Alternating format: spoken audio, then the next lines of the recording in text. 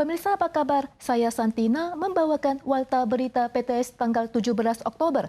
Kemarin terjadi beberapa kasus kebakaran di Taiwan. Pertama, kebakaran besar terjadi di sebuah pabrik kertas di Guanyin, Taoyuan, dan pada larut malamnya terjadi lagi kebakaran di sebuah gudang di Panqiao, kota New Taipei dan memakan korban seorang lansia. Selain itu, jago merah juga beraksi di sebuah rumah di Mingxiong, Chiayi, menyebabkan kematian 2 balita yang terkunci di dalam rumah. Asap tebal menyelimuti rumah, petugas damkar terus berupaya memadamkan api karena masih ada 2 anak kecil yang terjebak.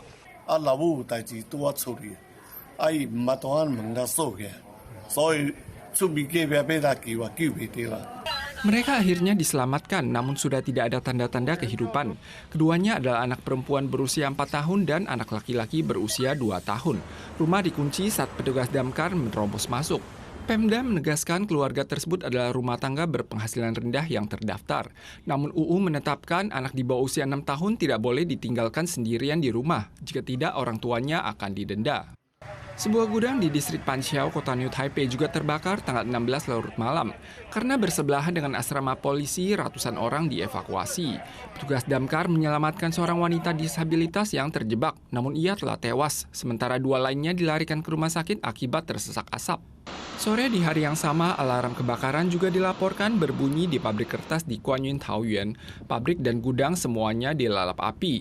30 mobil damkar dikerahkan untuk upaya penyelamatan. Karena ada banyak bahan mudah terbakar yang menumpuk di dalamnya, api berkobar dari sore hingga malam hari. Untungnya tidak ada orang yang terjebak di dalam pabrik.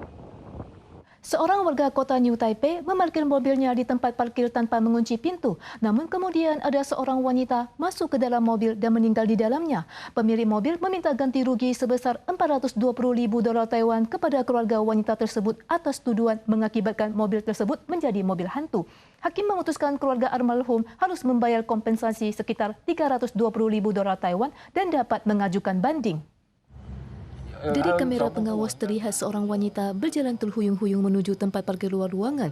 Namun kemudian ia ditemukan meninggal di jok belakang mobil. Pemilik mobil yang sama sekali tidak mengenal wanita tersebut sangat marah sehingga mengajukan gugatan perdata kepada keluarga almarhum atas tuduhan menyebabkan mobil tersebut menjadi mobil hantu. Hakim menilai bahwa kejadian ini mungkin menyebabkan tidak ada yang berani mengemudi mobil tersebut dan mungkin tidak laku jika dijual sehingga memutuskan perkara dengan kompensasi $321,000 Taiwan. Keseluruhan kasus bisa diajukan banding. Memasuki musim gugur, banyak warga yang berendam di pemandian air panas untuk menghangatkan tubuh. Baru-baru ini dikabarkan pemandian air panas umum Qianshan di Gunung Yangming sempat ditutup karena pasokan air panas yang tidak mencukupi. Pelaku usaha pemandian air panas di Peithou menjelaskan bahwa curah hujan yang sedikit akhir-akhir ini telah menyebabkan sumber air panas berkurang.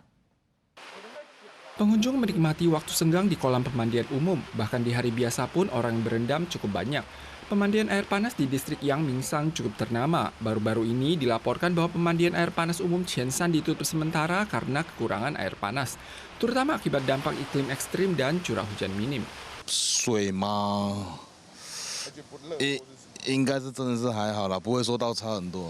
Warga sulit membayangkan air panas akan mengering. Namun operator sumber air panas di Peithou mengatakan rendahnya curah hujan belakangan ini memang akan menyebabkan kurangnya sumber air panas.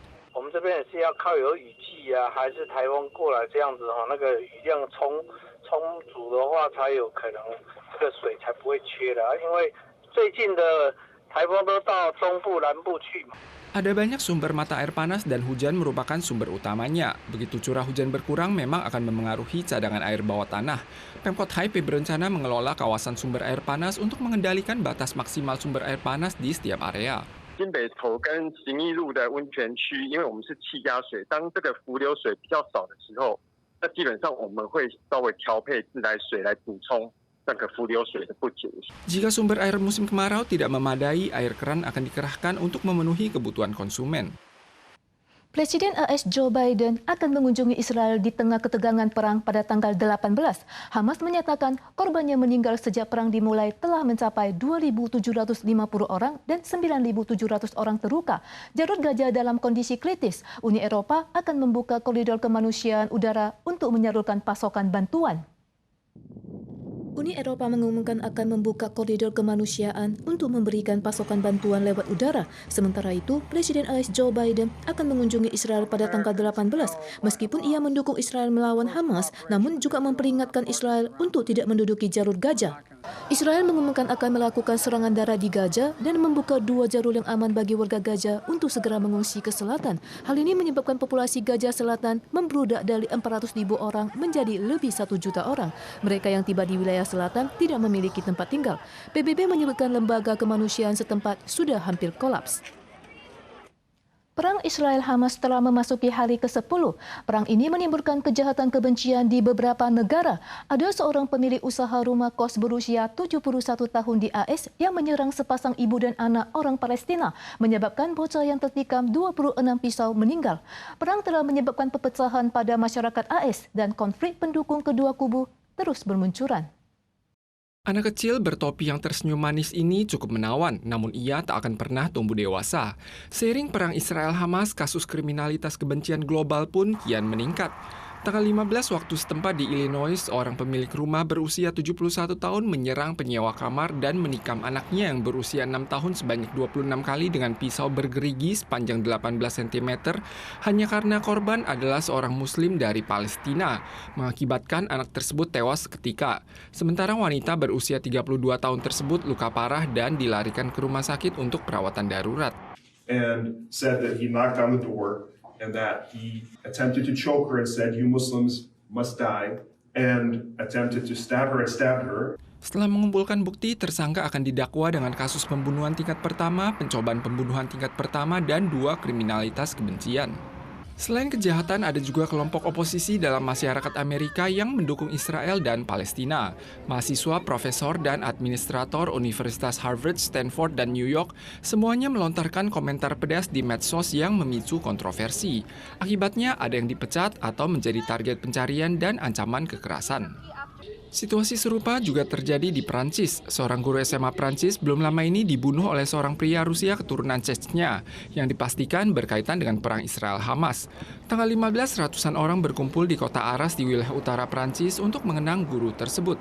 Prancis saat ini dalam keadaan siaga tinggi. Sebanyak 7.000 petugas polisi telah dikerahkan dan demonstrasi pro-Palestina juga dilarang. Meski ada larangan pemerintah, protes anti-Yahudi di Prancis terus meningkat. Sejak Sabtu lalu telah terjadi 189 aktivitas anti-Yahudi dan 65 orang telah ditangkap. Para pemirsa sekalian, sekian warta berita dari PTS. Kita lagi di lain kesempatan. Sampai jumpa.